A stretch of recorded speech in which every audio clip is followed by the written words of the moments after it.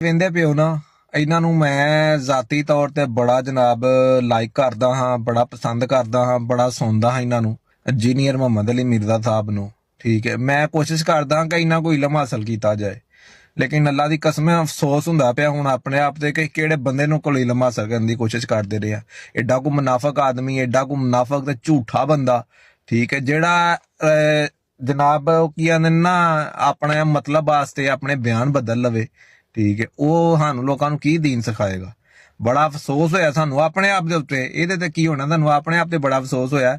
ਉਦੋਂ ਜ਼ੀਸ਼ਾਨ ਅਜ਼ੀਜ਼ ਦੇ ਨਾਲ ਪੋਸਟ ਕਾਰਡ ਦੇ ਵਿੱਚ ਸਵਾਲ ਕੀਤਾ ਗਿਆ ਹੈ ਕਿ ਤੁਸੀਂ ਬਾਹਰ ਐਵੇਂ ਨਹੀਂ ਆਏ, ਤੁਹਾਨੂੰ ਜੀ ਲੈ ਕੇ ਆਏ ਨੇ ਬਾਹਰ, ਤੇ ਇਹ ਬੰਦਾ ਪਲਾਂ ਤੇ ਪਾਣੀ ਨਹੀਂ ਪੈਣ ਦਿੰਦਾ। ਤੇ ਹੁਣ ਪਤਾ ਲੱਗ ਗਿਆ ਵੇ ਉਹੀ ਗੱਲਾਂ ਨੇ, ਉਹੀ ਬਾਤਾਂ ਨੇ। 2018 ਦੇ ਵਿੱਚ ਬਸੰਤ ਜਿਹੜੀ ਉਹ ਹਰਾਮ ਸੀ, ਤੇ 2026 ਦੇ ਵਿੱਚ ਉਹ ਹਲਾਲ ਹੋ ਗਈ ਹੈ। ਐਡਾ ਕੋ ਬਗੈਰਤ ਪੁਣੇ ਦੀ ਕੋਈ ਹੱਦ ਹੁੰਦੀ ਹੈ। ਕਦੀ ਕਦੀ ਤੇ ਮੈਂ ਬੜਾ ਖੁਸ਼ ਵੀ ਹੁੰਨਾ ਕਿ ਅਸੀਂ ਪੜ੍ਹੇ ਲਿਖੇ ਨਹੀਂ ਹੈ, ਤੇ ਅੱਲਾ ਦਾ ਸ਼ੁਕਰ ਹੈ ਅਸੀਂ ਪੜ੍ਹੇ ਲਿਖੇ ਨਹੀਂ ਹੈ। ਅਨਪੜ੍ਹ ਵੀ ਬੰਦਾ ਇੱਕ ਬੜੀ ਵੱਡੀ ਅੱਲਾ ਦੀ ਨਿਮਤ ਹੁੰਦੀ ਹੈ।